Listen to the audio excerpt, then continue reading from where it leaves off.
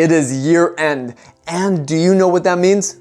It is time to take a look at your overall wealth plan and to set you up correctly for the year to come. Now, there's many elements that you can be taking advantage of, but always look to, say, Roth Conversions, tax loss harvesting, as well as looking at your healthcare spending. Taking a look at those elements are going to really propel you forward into the next year. Now, there's many other elements that we'll be discussing today as well. Hey, it's Nathan Krampe, and I make these videos because you are likely very ambitious about your financial plan and wealth management. You want to create an impact for your family, your community, and your company. And you get that extra push by learning about great opportunities. So let's learn about some great opportunities you have available coming into year end. Coming into year end, there are many opportunities that you have in order to better your financial plan. Now, not all of these opportunities are ones that you should be employing, but I do expect that you will take a look through them and figure out if these are actually going to be good ones for your overall wealth plan. Number one is tax loss harvesting. When we talk about tax losses, it's something that we don't really expect from year to year, but you may have some investments that have gone down in value since you've purchased them.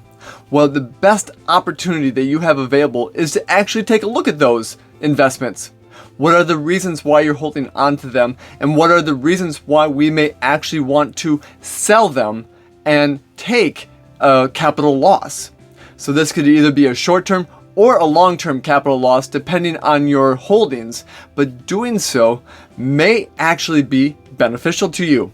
So what I mean by this is that because of the aspects of the tax codes and the ability to offset some of those losses with some of your other gains that you may have, or up to $3,000 that you can actually be deducting from your taxes on a yearly basis, you have the ability to now to actually take a look at the different losses that you have and to see if it's actually going to be a strategic opportunity you have to sell, maybe to wait a period of time, which would be the wash sale rule laws, and then maybe even reinvest into the same securities, the same investments later on after those wash sale rules have passed.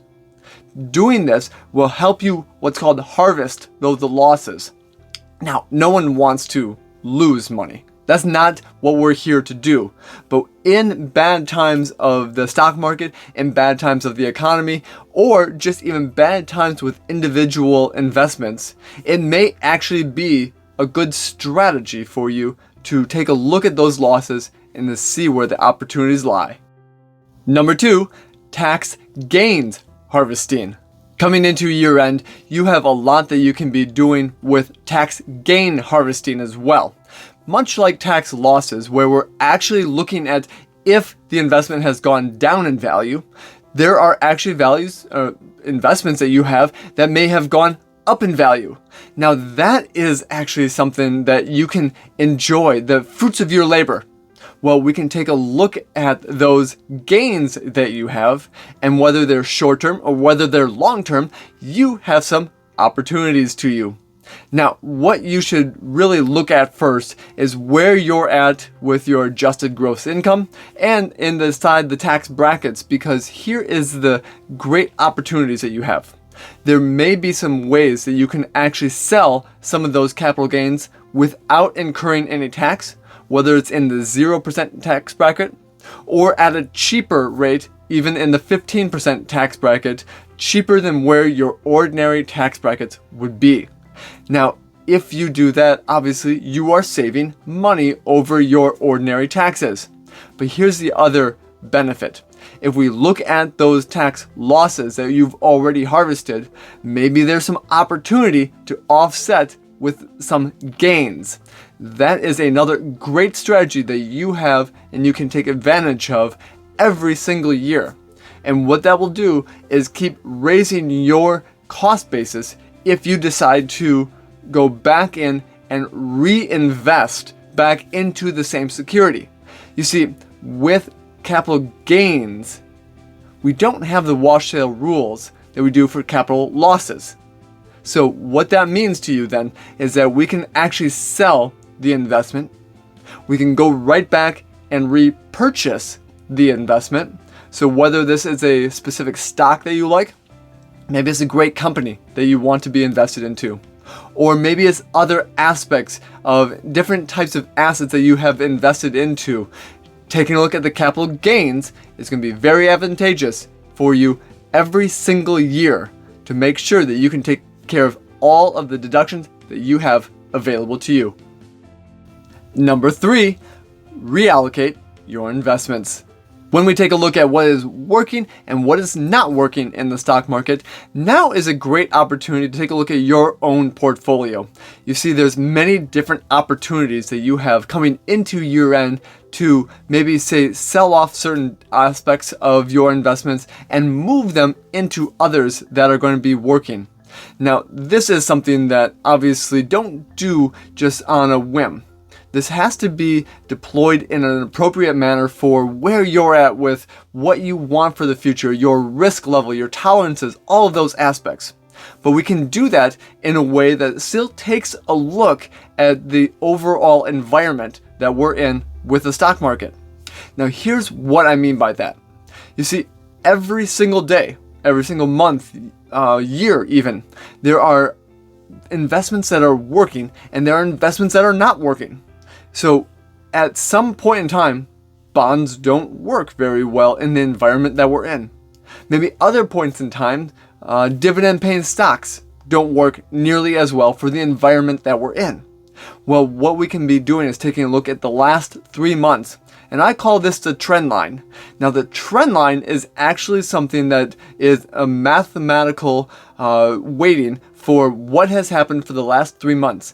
And if we right now are above that trend line, what that does is gives us a better likelihood, mathematically speaking, that the investment is going to continue to go up. Well, if that's the case, maybe we should take money and sell off a little bit of the investments that have not been working and move them into the ones that have been working. So how do we know the ones that are not working? Well, that really comes back down to, again, the trend line. And the trend line, if we are underneath the trend line, that actually is something to symbolize that mathematically there's a higher level probability that we will continue to go down with that investment. But it's not to say that every investment is equal and that we should be selling off every single investment that is below its trend line, because there's going to be great opportunities to come, and it's knowing the environments of what we're going into will actually dictate and say maybe this is actually a good environment to hold this type of an investment. So it's knowing the environments as well, but it's knowing where we're going, and what's above the trend lines are going to give you a higher probability of continued growth. So with that, know the trend lines, know where we're going with the economy, and you can actually start to look at the investments in a different manner that's going to be most fitting for increasing your growth over time. Number 4 is required minimum distributions. Required minimum distributions are something that is vitally important for you to remember. Now, here is why.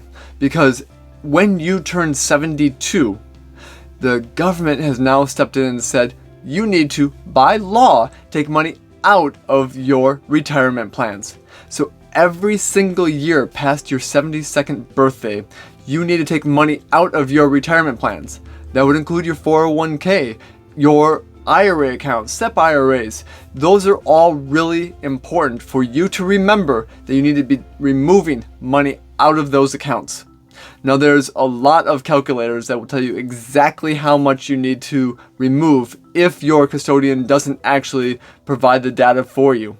There are uniform tables that you can be downloading from the IRS's website that can actually tell you down to the percent of how much you need to be taking out based upon your year-end dollar amount for that account.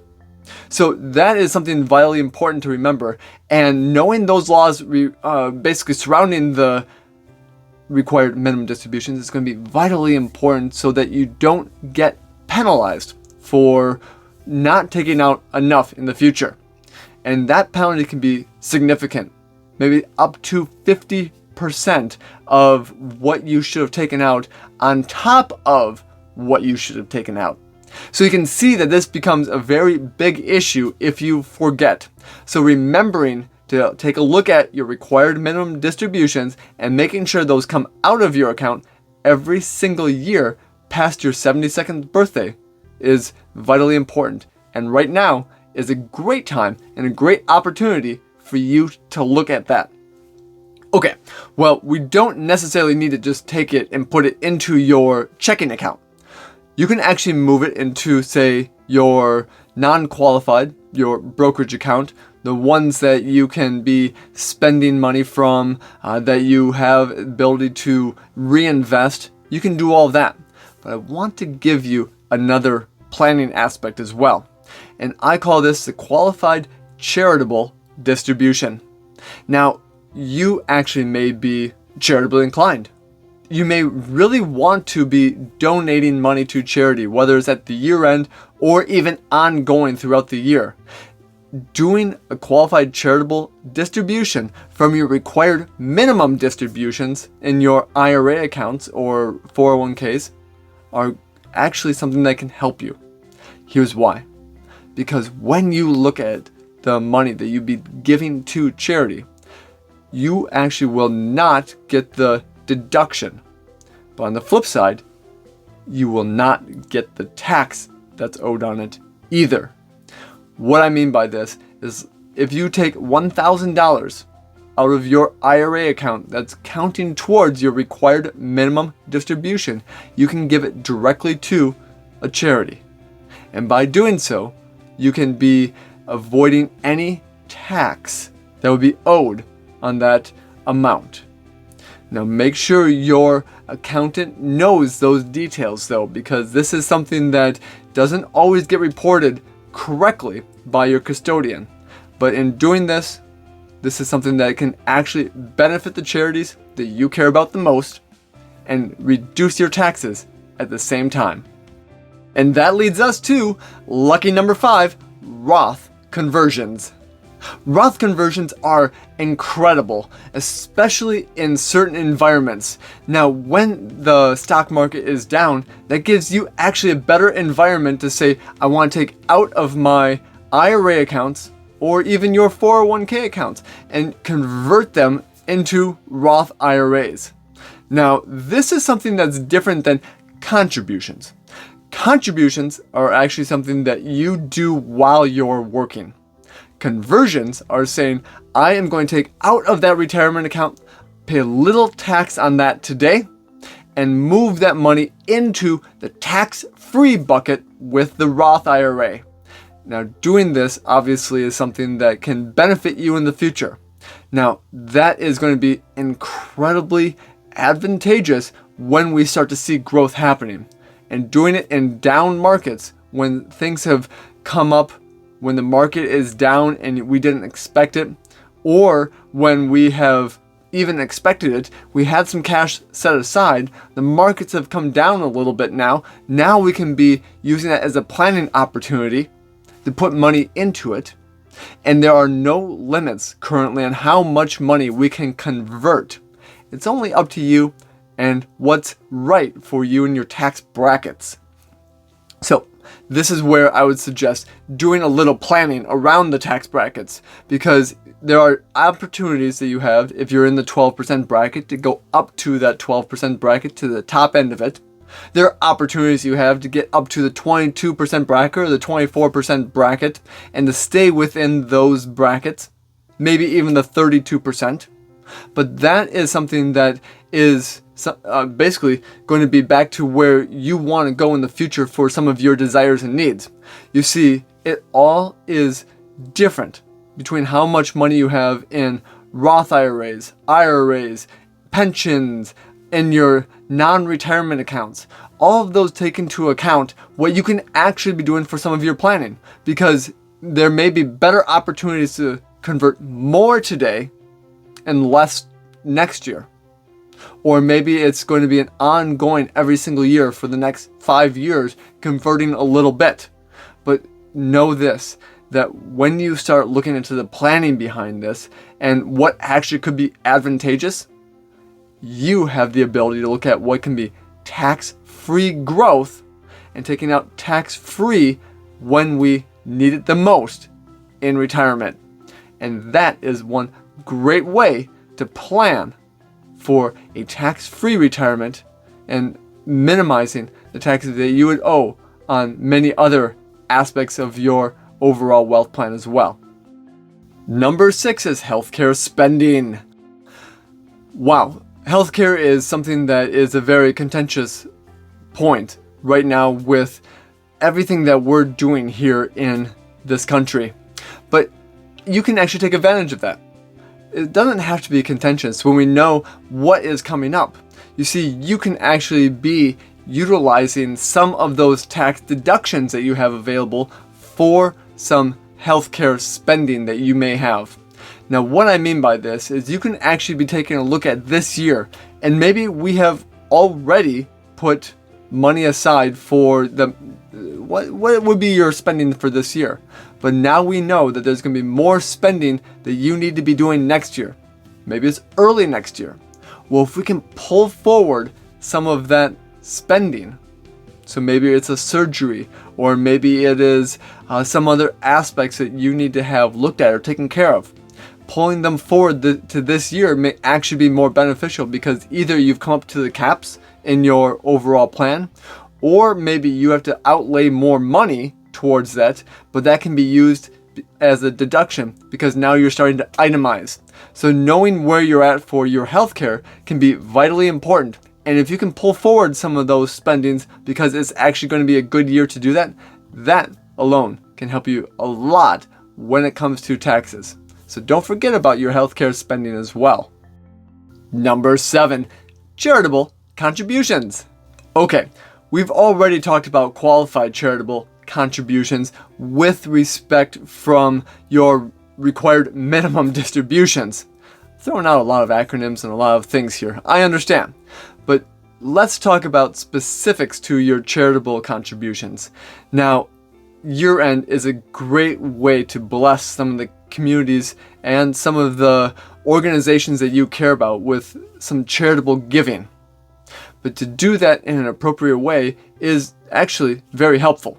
You see, you can give cash to a charity. That is actually something that's really helpful to them. But there are many opportunities you have. And especially if you take a look at some of the investments that you own, maybe there's a really appreciated stock. Well, you can be gifting some of that stock to those charities as well. And even if the charity does not accept that stock, there are opportunities that you have with, say, donor advised funds. And what you can do then is be gifting the stock to the donor advised fund. You are not in charge of paying the tax then. You have not sold it. You've only gifted it to the charity. You get the write-off. You get to direct that to the charity at that point in time, but the donor advised fund is the one that will sell off that stock. So it may be very highly appreciated. And if you don't want the tax gains coming back to you, that's actually a great opportunity to get the tax deduction, if your deductions allow for it, to benefit the charities that you want, and to make sure that everyone is taken care of and happy at this point, including you and your family. So there's many opportunities that you have with charitable contributions that you can be doing year-end, and a little planning goes a long way. Number 8 is often overlooked, and that is updating your beneficiaries. Here is where you should be taking a look at your IRA accounts, your 401ks, just retirement accounts in general. But then also take a look at your will, your overall estate plan, your trusts that you have, maybe even transfer on death deeds that you have on property, or other accounts that you may have that have beneficiaries listed on them. And take a look at those beneficiaries to make sure that they are still the correct beneficiaries going forward. You see, there's a lot of things that change, and knowing those changes and how they will affect your beneficiaries, or how transferring money is going to affect what you wanted in your wishes based upon the new changes that have come up with the family, that's something to take a look at. And doing that at this point in time of the year just reminds you that it is another opportunity for planning. And that will make sure that your money, your overall wealth, goes to the intended people at the right time. And speaking about going to the right place at the right time, we want to talk about number 9, 529 plans.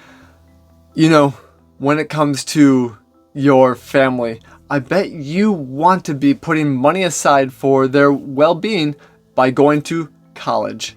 The best ways that you can be doing that is to utilize tax-advantaged plans. And one of those great tax-advantaged plans is the 529 plan that you have available to you. Now that allows you to put money away that will grow tax deferred, and you can take out tax free when it comes to schooling. And doing that, taking advantage of the laws and actually putting money aside into these plans, are going to benefit your family, going to benefit you by receiving that tax-free growth that you can receive off of that once it's going to a school-related distribution. All of that comes back to say, now's a great opportunity to make sure that you at least have a chance to look at, do you want to be funding more of the 529 plans for your grandchildren or even your children this year? And number 10 is a special bonus for you business owners. That is to take a look at your pension plans and your profit sharing plans. Profit sharing and pension plans that you have available to you are things that you can be putting money away for yourself as well as your employees. Now, you have the ability, and you may already have these plans in place, and if not, you have the ability to not only put a plan in place for you, but to put more money into savings for your retirement. You see, you can dictate profit sharing plans that are based upon a year-over-year comparisons, and ones that you can be putting away as you have profits in your company. Now, pension plans are a little different, saying that you have to be putting money away every single year, but you can really start to direct who gets the money.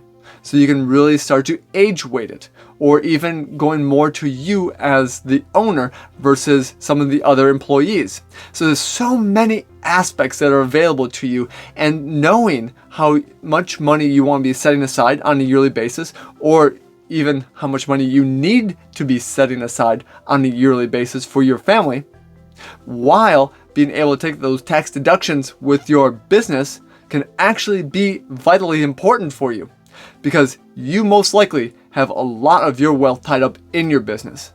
Well, having that cash flow coming in and directing it to the profit sharing plans, directing it to those pension plans, will actually start to say that we can start taking a little bit of money out of the business in a tax advantaged way, putting it into retirement plans that's going to be bettering your family in the future.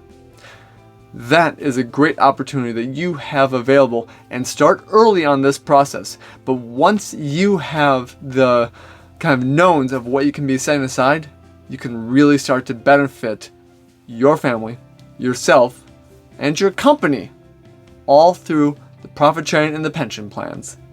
Because you made this far in the video, I want to celebrate you. You see, most people start but don't finish. Most people never actually follow through with what they say they're going to do. Most people say they want a better financial plan, but they don't take the action or do the work that's required. But you are different.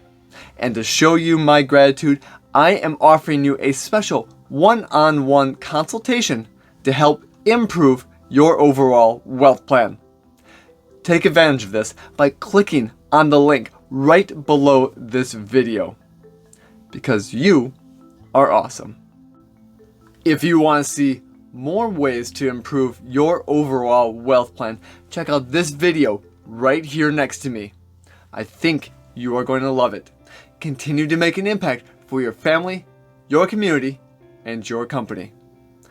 I will see you there.